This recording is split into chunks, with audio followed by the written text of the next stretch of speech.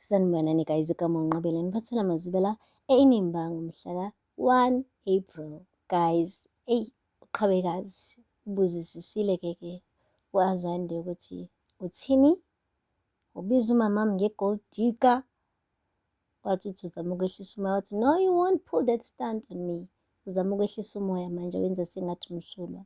Ngiyabuza ndithi, biza umama wami nge-gold digger, nami ndibiza nge-gold digger, ngoba kutheni?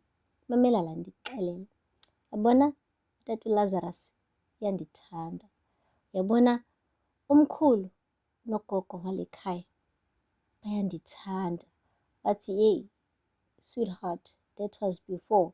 Zininzi izinto ezitshintshile kule ndlu selokhu uhambile. Wathi ngisho noma kuthiwa kunjalo bengingamelanga ukukhulume ngami kabuhlungu kanje. Yazi I even regret that I slept with you. Hayi bo guys, uqhawekazi besekhohliwe ukuthi khona abazali bakhe la sezokhipha indaba eziyimfihlo.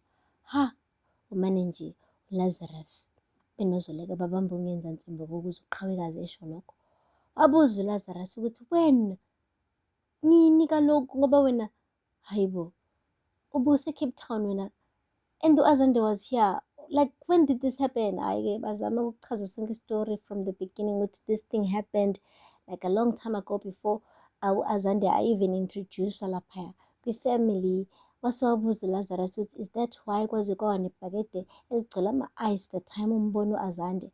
Hayi guys, kodwa uzoleka avaze akhulume kakhulu. She was shocked ukuthi kahle kahle uAzande noma thiwa kade simbiza nge-gold digger manje vele vele usephinde walala nendodakazi yakhe njena. It's a mess guys, and nendodakazi yakhe lena kahle kahle isifana njengefamily yakaNgcukana manje sekwenzeka lokho. So kumane nje kwaba nje ihlazo ngempela guys. But anyway, akupheli-ke lapho. Qhawekazi uphinde wahlangana no-Azande sebibo babili-ke. Washo ukuthi waze wandihlambalaza, waze wandiphoqa yazi bese sekukhona ngisho ama-feelings ebenginawo ngawe, but indlela othethe ngayo ngami nomama nalawo ma-feelings angibona nokubona ukuthi ayeseyophinda abe khona. Yazi undiphoxile. Wathi qhawekazi, yazi bengaqondanga ukusho yonke into engiyishilo, but kumele nje ukhulume iqiniso nje ngisho ukuthi yazi phela awekho amanga kule nto mina kade ngisho mina, yabo. So feelings aside, asibeke nje imizwa eceleni, sikhulume ngenyaniso, the facts. Yabona nje vele uma wakho uyi-gold digger injalo nje, angeke sikwazi ukuyi-sugarcoat. Kanti uyeza uLazarus guys usebambe igqubu lokuthi umakoti wakhe, his wife guys, was called by uAzande nge-gold digger. So manje ufuna ukuyokhokha i-revenge, and uyabona ukuthi okay uzoleka akekho la endlini, so uzokwazi ukuthi ayitike ngo-Azande eyedwa. Ufike wathi you still got the nerve. Qhubeka, thuka uqhawekazi, biza nge-gold digger. Uyazi ukuthi uma ungase uhambe uyosijonga esipilini, you will see ukuthi the real gold digger here is you. And wena-ke wena ne-inflated ego, ukhokhomele, ugcwele impakamo, kodwa uyi-gold digger. Yindoda enjani ekwazi ukuthi ingazakheli into yayo, kodwa ilokhu ifuna njalo ukuncika entweni esivele yakhiwe omunye umuntu. You call yourself a man, yet ubhizi ulokhu ufuna ukuba inkokheli yenkampani ongavaze nhlobo uzuzu yakhe, inkampani ongavaze uyiqale from scratch, ongavaze uqhubeke nayo in the middle, inkampani oyifice vele imile. You just want it. You want it to be like the leader of a company that was just handed to you, yet wena wenzanga lutho to build it. You are the gold digger, a scrap. Hayibo guys, ngambona ukuthi Lazarus is now happy ukuthi yes, nazo-ke sweet revenge. How does it feel uma ukuthi manje usubizwa ngaleli gama-ke uyindodana nokwenza? Guys, akupheli-ke lapho. Uma wethu ugcineke esendile i-resignation letter, uyisenda nje with a heavy heart ngoba phela unama-memories amaningi lapha eKhosela Tech. So uZoleka-ke benoLazarus kube ngathi khona ubashaya ngesitini ekhanda ukubona belahlekelwe umawethu because noma kuthiwa bebengeke bekwazi ukumbeka as i-CIO laphaya eKhosela Tech, they really did love him and they knew ukuthi-ke uyawushaya umsebenzi wakhe.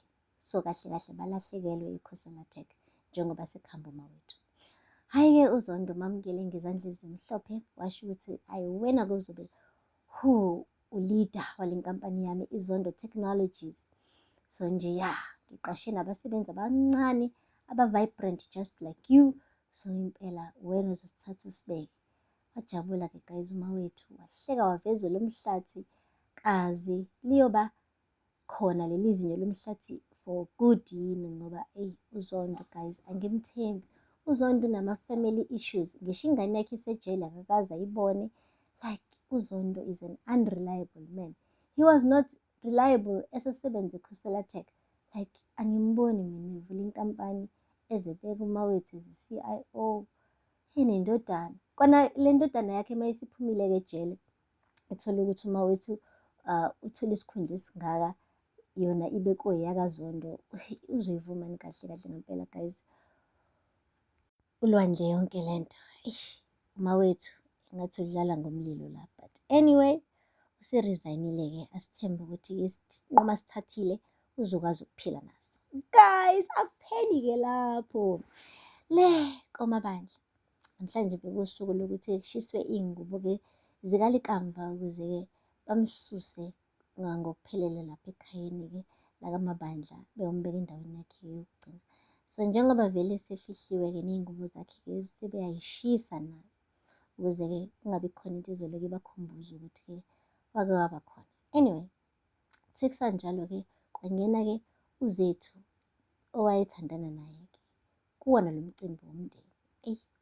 Kuthe akaqhume intukuthelo uThumeka wathi ufuna ntoni apha wena? Wathi hhayi ma ngizwile kuthiwa namhlanje nishisa iy'ngubo zikaLinkamva ngathi angingivele nami. Wathi umenywe ngubani? Waqhamuka uqhawekazi washo ukuthi mama ulethwe ndini. Uyazi nawe uZethu wayemthanda kangakanani uLikamva. Sonke si-apha sisezinhlungwini ngovumeleni abe khona naye ezokhalisana kanye nathi.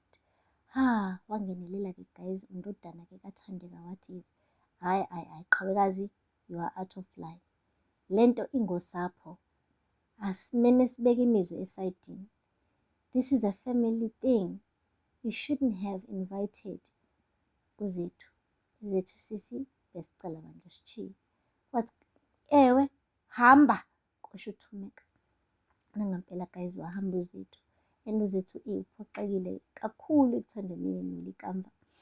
uThumeka akakaze amthande, wayembiza nge-gold digger. Leli gama leli liloke livela la.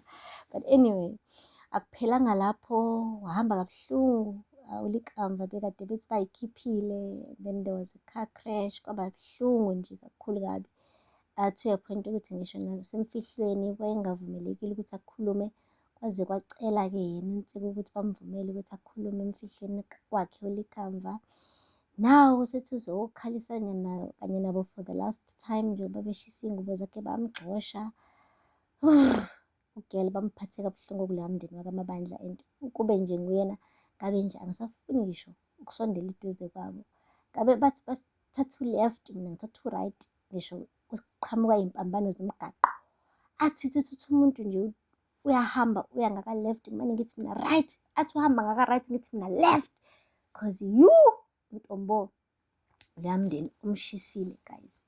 Iy'nhlungu nje zakhe hhayi ziningi guys, ziningi and kuyacaca bha ukuthi umuntu omkhathalele uqhawekazi yedwa manje. Bonke laba abanye akuthi indaba ukuthi uzizwa kanjani ngokulahlekelwa isithandwa sakhe uLikamva.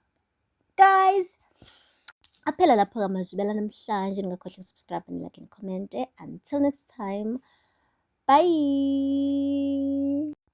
Sanibonani guys, igama uNqabile niphathela amazwibela eNimba ngomhla ka-1 April guys. Uqhawe